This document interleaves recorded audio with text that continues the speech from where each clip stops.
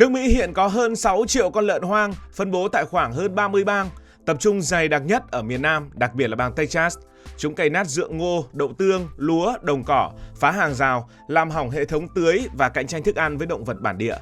Riêng thiệt hại đối với nông nghiệp Mỹ ước tính vượt 1,6 tỷ đô la Mỹ mỗi năm, chưa kể tiền bẫy bắt, sửa chữa và kiểm soát dịch bệnh.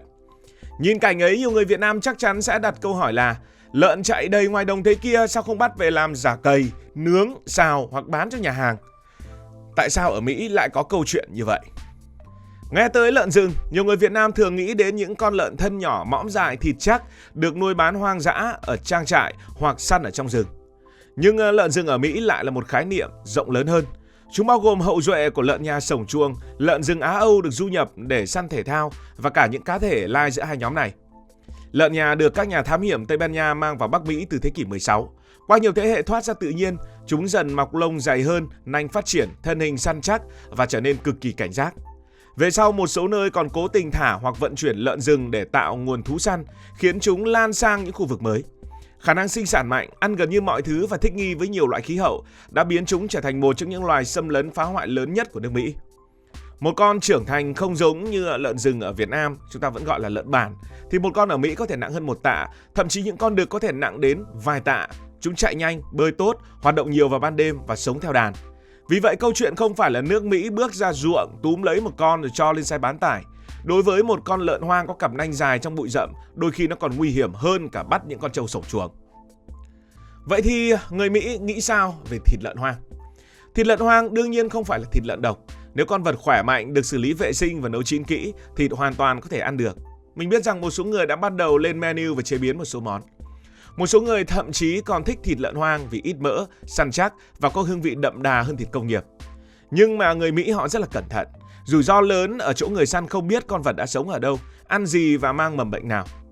Cơ quan y tế Mỹ cho biết lợn hoang có thể mang ít nhất 30 loại bệnh do virus và vi khuẩn, cùng gần 40 loại ký sinh trùng có khả năng gây ảnh hưởng đến con người, vật nuôi và động vật hoang dã. Nguy hiểm không chỉ xuất hiện khi ăn. Người thợ săn có thể bị lây bệnh ngay trong lúc mổ, lột da hoặc tiếp xúc với máu và nội tạng. Chỉ cần có một vết xước nhỏ trên tay, nguy cơ phơi nhiễm đã tăng lên. Vì vậy thì ở Mỹ người ta thường khuyến cáo yêu cầu đeo găng tay, tránh để máu bắn vào mắt và miệng, làm sạch dụng cụ, giữ lạnh thịt nhanh chóng và nấu chín hoàn toàn. Còn ở Việt Nam thì khác. Ở Việt Nam, thịt được gọi là lợn rừng tại nhà hàng. Thực ra cũng hiếm khi con nào nuôi hoàn toàn ở rừng, mà là những đàn nuôi hoặc là lai nuôi ở trong trang trại. Chúng có người quản lý, có nguồn thức ăn tương đối rõ ràng và có thể được kiểm soát thú y. Còn một con lợn hoang vừa bị bắn giữa đầm lầy Texas là một câu chuyện hoàn toàn khác. Thì bây giờ cứ coi như là săn được một con lợn hoang đi, thì có được thịt con lợn này thì có được phép mang bán ở Mỹ hay không? Ở Mỹ, một người săn lợn hoang trên đất được phép có thể mang thịt về ăn trong gia đình, tùy quy định của từng bang. Nhưng để bán thịt cho nhà hàng, cửa hàng hoặc đưa vào chuỗi thương mại, con vật phải đi qua hệ thống kiểm tra và chế biến hợp pháp. Vấn đề là phần lớn lợn bị bắn ngay ngoài tự nhiên, khi đó không có nhân viên nào kiểm tra hay là quan sát con vật lúc còn sống. Không biết nó có biểu hiện bệnh hay không, quá trình mổ xẻ cũng diễn ra ngay tại hiện trường. Thịt như vậy rất khó được phép đi thẳng vào siêu thị hoặc đi vào nhà hàng. Muốn thương mại hóa bài bản, cách khả thi hơn là bắt lợn sống, đưa đến cơ sở được cấp phép, kiểm tra rồi mới giết mổ. Nhưng hãy thử hình dung việc bắt sống một đàn vài chục con lợn hoang đang chạy trong rừng rộng hàng ngàn hecta. Người ta phải dựng bẫy lớn, đặt thức ăn, theo dõi bằng camera, đợi cả đàn đi qua, rồi đóng cửa bẫy từ xa, rồi lại vận chuyển đến các cơ quan kiểm tra kiểm dịch, vân vân và vân vân. Thì chi phí ấy có thể cao hơn số thịt thu lại được. Nói một cách dễ hiểu, lợn ở Mỹ thì miễn phí, nhưng để biến nó trở thành thực phẩm hợp pháp thì lại không miễn phí bất kỳ một chút nào. Và thế là người Mỹ đã tìm đến một giải pháp đơn giản hơn, đó là thịt lợn nuôi giá rẻ. Nước Mỹ sở hữu ngành chăn nuôi lợn công nghiệp khổng lồ. Lợn nuôi với giống đã được tuyển chọn, thức ăn tiêu chuẩn, chất lượng đồng đều và sau đó được đưa vào hệ thống giết mổ quy mô lớn. Thịt sau đó được cắt thành từng phần đẹp mắt, đóng gói, bảo quản lạnh rồi phân phối đến siêu thị trên toàn quốc. Trong khi đó thịt lợn hoang hoàn toàn khác. Không chỉ vậy, một sai lầm phổ biến là nhiều người nghĩ rằng vì có hàng triệu con lợn, 6 triệu con lợn như đã nói, nên bước vào rừng sẽ gặp lợn đông như gà ngoài chợ. Thực tế số lượng ấy trải rộng trên lãnh thổ khổng lồ của nước Mỹ. Chúng phân bố trong rừng, đầm lầy, đồng cỏ, trang trại và những vùng hẻo lánh tại hàng chục bang. Lợn hoang rất thông minh, nếu có một con trong đàn bị bắn hoặc chiếc bẫy hoạt động không trọn vẹn, những con còn lại có thể bỏ khu vực đó, chuyển sang hoạt động ban đêm hoặc tránh bẫy trong thời gian dài. Việc chỉ xử lý một vài con có thể làm đàn tản ra thành nhiều nhóm nhỏ, khiến quá trình kiểm soát về sau càng khó hơn. Vì vậy, các chương trình bắt lợn hoang chuyên nghiệp của Mỹ thường sẽ bắt trọn cả bầy, cả đàn thay vì bắt rải rác từng con. Ngoài bẫy thì những nhà chức trách còn dùng hàng rào, săn từ mặt đất, bắn từ trực thăng và nhiều biện pháp phối hợp khác.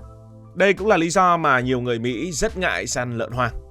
Mà không săn được thì số lượng của nó sẽ gia tăng. Lợn hoang nổi tiếng là cỗ máy sinh sản. Một con cái có thể bắt đầu sinh sản khi còn khá trẻ và đẻ nhiều con trong một lứa. Trong điều kiện thức ăn dồi dào, nó có khả năng phục hồi rất nhanh sau khi bị săn bắt. Giả sử một khu vực có 1.000 con lợn, nếu mỗi năm người dân chỉ săn được một phần nhỏ, số lợn con sinh ra hoàn toàn có thể bù lại số lượng bị loại bỏ. Để kéo giảm số lợn, các chuyên gia thường phải loại bỏ một tỷ lệ rất lớn và duy trì liên tục qua nhiều năm. Đó là điều khác biệt giữa săn để ăn và kiểm soát sinh vật xâm lấn. Ở đây lợn hoang ở Mỹ được coi là sinh vật xâm lấn. Săn để ăn thường chỉ lấy số lượng vừa đủ, làm một con về chén là xong. Còn kiểm soát sinh vật xâm lấn phải tác động lên toàn bộ đàn, bao gồm cả con nhỏ, con cái sinh sản và những cá thể ở nơi khó tiếp cận. Hai mục tiêu này hoàn toàn không giống nhau. Không phải chính quyền Mỹ khoanh tay nhìn lợn phá ruộng. Mỹ đã triển khai chương trình quản lý thiệt hại do lợn trên phạm vi toàn quốc, phối hợp với các bang để bẫy cả đàn, ngăn chúng mở rộng địa bàn, phản ứng nhanh khi xuất hiện quần thể mới và loại bỏ lợn tại các khu vực trọng điểm. Chương trình này đã giúp một số bang có quần thể lợn hoang ổn định và kiềm chế một phần tốc độ lan rộng. Texas còn nổi tiếng với các tour săn lợn bằng súng, chó săn, phương tiện địa hình và thậm chí là cả trực thăng. Một số lợn sau khi được săn dùng làm thực phẩm hoặc quyên góp. Tuy nhiên, săn giải trí không thể thay thế chương trình kiểm soát quy mô lớn. Nhiều đàn sống tại đất tư nhân, khu vực rậm rạp hoặc địa hình không thể tiếp cận thường xuyên. Nói cách khác, người Mỹ có bắt, có bắn và có ăn, chỉ là tốc độ xử lý của họ chậm và chưa theo kịp tốc độ sinh sản và mở rộng của địa bàn lợn. Bây giờ giả sử người Việt Nam ở đó thì sao? Thì có lẽ là số lượng lợn hoang của Mỹ sẽ giảm rất nhanh. Nhưng mà người Mỹ thì không làm nhanh như người Việt về vấn đề này, bởi vì khẩu vị và văn hóa ăn uống cũng rất là khác nhau. Người Việt có truyền thống sử dụng đa dạng nguồn thực phẩm và chế biến những loại thịt dai có mùi bằng nhiều phương pháp như là thui, nướng, hấp, xào lăn, nấu chả cầy, ngâm rượu gia vị hoặc là ninh lâu, rồi đủ các loại gia vị của Việt Nam nữa. Thịt lợn rừng săn chắc, ít mỡ, đôi khi còn được coi là đặc sản và có giá rất cao. Ở Mỹ thì phần đông người tiêu dùng quen với thịt lợn mềm, nhạt mùi, được cắt sẵn thành sườn, ba chỉ, thịt vai hoặc thịt xay. Họ không nhất thiết muốn mua một phần thịt không rõ tuổi con vật, có thể dai, nhiều gân và mang mùi hoang dã. Quan trọng họ không thích mùi hoang dã, còn người Việt Nam thì lại thích cái mùi hoang dã ấy. Ngoài ra không phải gia đình Mỹ nào cũng biết cách mổ hay xử lý một con lợn nguyên vẹn. Việc săn bắn phổ biến tại nhiều vùng nông thôn, nhưng đa số cư dân thành phố chỉ tiếp xúc với thịt đã được đóng khay, có khi cả đời còn chẳng nhìn thấy con lợn bao giờ. Khoảng cách giữa con vật ngoài rừng và miếng thịt trong siêu thị tại nước Mỹ là rất lớn, khác hẳn tại Việt Nam. Việt Nam cái gì càng thiên nhiên thì lại càng thích và càng quý. Vì vậy, dù lợn hoang có thể ngon nếu biết cách chế biến, thì thị trường tiêu thụ tại Mỹ vẫn chỉ là một ngách rất nhỏ, chưa đủ sức để hấp thụ hàng triệu con. Và xin được nhắc lại, nước Mỹ hiện có hơn 6 triệu con lợn hoang, nó vẫn đang đi lang thang trong khoảng hơn 30 bang và đặc biệt tập trung tại miền Nam nước Mỹ. Chúng đang phá hoại mùa màng của nước Mỹ và nước Mỹ đang phải đau đầu với lợn hoang. Nếu là bạn sẽ xử lý câu chuyện này như thế nào? Hãy để lại ý kiến dưới phần bình luận.